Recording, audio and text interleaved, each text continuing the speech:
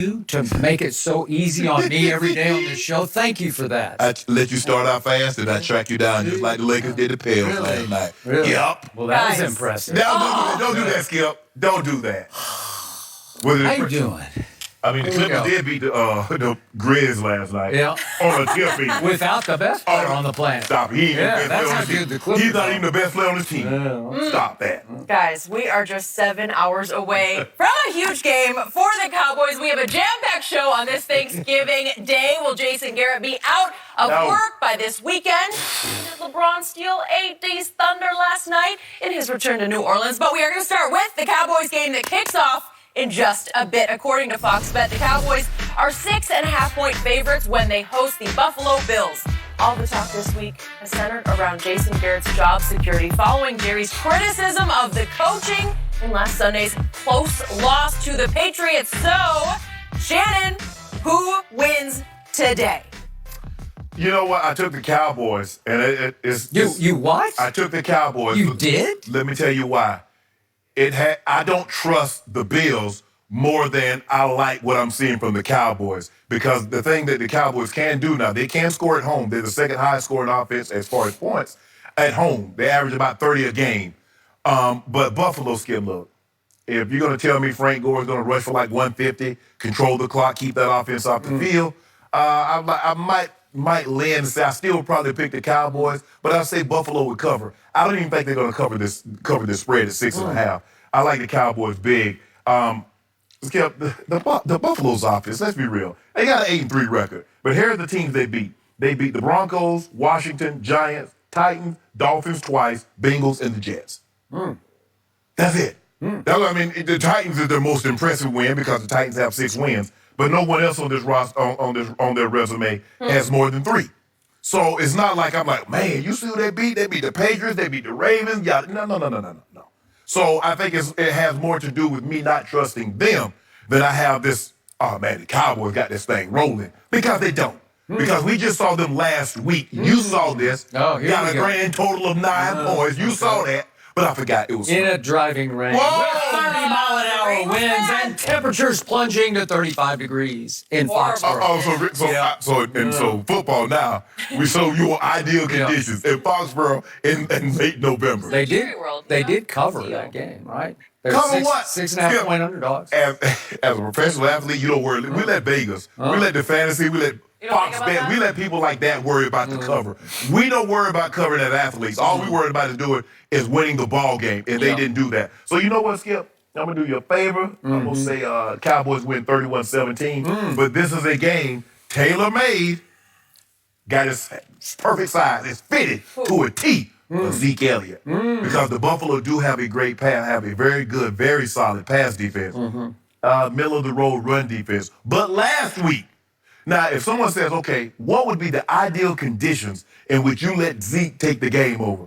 I would say it would probably be around 30 degrees, 35 degrees of kickoff, Jenny. Okay. During the course of the game, the temperature's going to probably drop in the high 20s. It's going to be windy. It's going to be raining. That way, Zeke is a plotter. He doesn't lose his footing. That would be an ideal condition. But no, I want to put the ball in the guy's hand that's never played in conditions like this. And I want him to throw it around like we're in the climate-controlled Jerry world. But hopefully they learned their lesson. This is a game right here in ideal condition to hand that ball to Zeke Elliott. See, maybe if you handed it to Zeke 33 times last week, instead of throwing it 33 times, Jerry Jones wouldn't be about to jump off the highest building in Dallas. But since you didn't, that's what you got. 31-17. By the way, just quick point of order. Last week in Foxborough, in the fourth quarter, my quarterback threw for 110 yards. That should have been at least 135 yards if Amari Cooper had simply caught a ball that hit him right in the hands. Raining.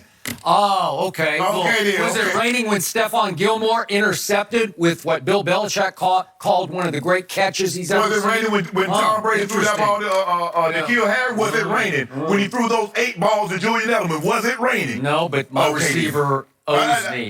He owes me for today. He owes his teammates for today. Okay. So, now, before I get to my prediction, I would like to point out that for 3 straight days this week, I had to sit over in this seat and listen to the man across from me ridicule my Dallas Cowboys as overrated frauds They are. with a quarterback who can't throw and who can't make late clutch plays, DK, at least anymore. he Says has the not Hall of done it. Famer across from me. That is correct. Now you are picking the Cowboys to win big. That is the height of hypocrisy.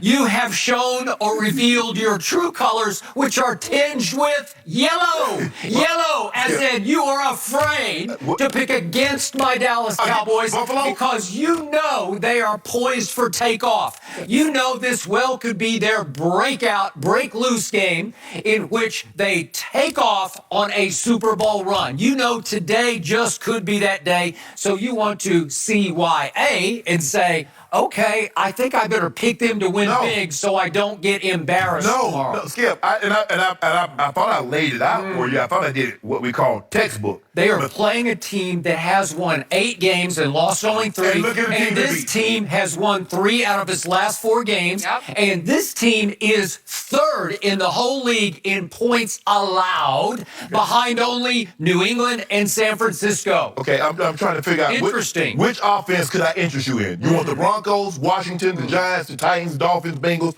or the Jets? Which offense do you want? By the way, you have made remarks all year about how much you like the Denver defense. You say it's pretty underrated, right? Yeah. And little Devin Singletary, their little rookie out of Florida Atlantic, who's 5 feet 7 inches tall, went 21 carries for 106 yards against that Denver defense just last Sunday. So what should Zeke do? Okay, well, I'm just saying, what might he do to my defense, which can be very suspect against the run?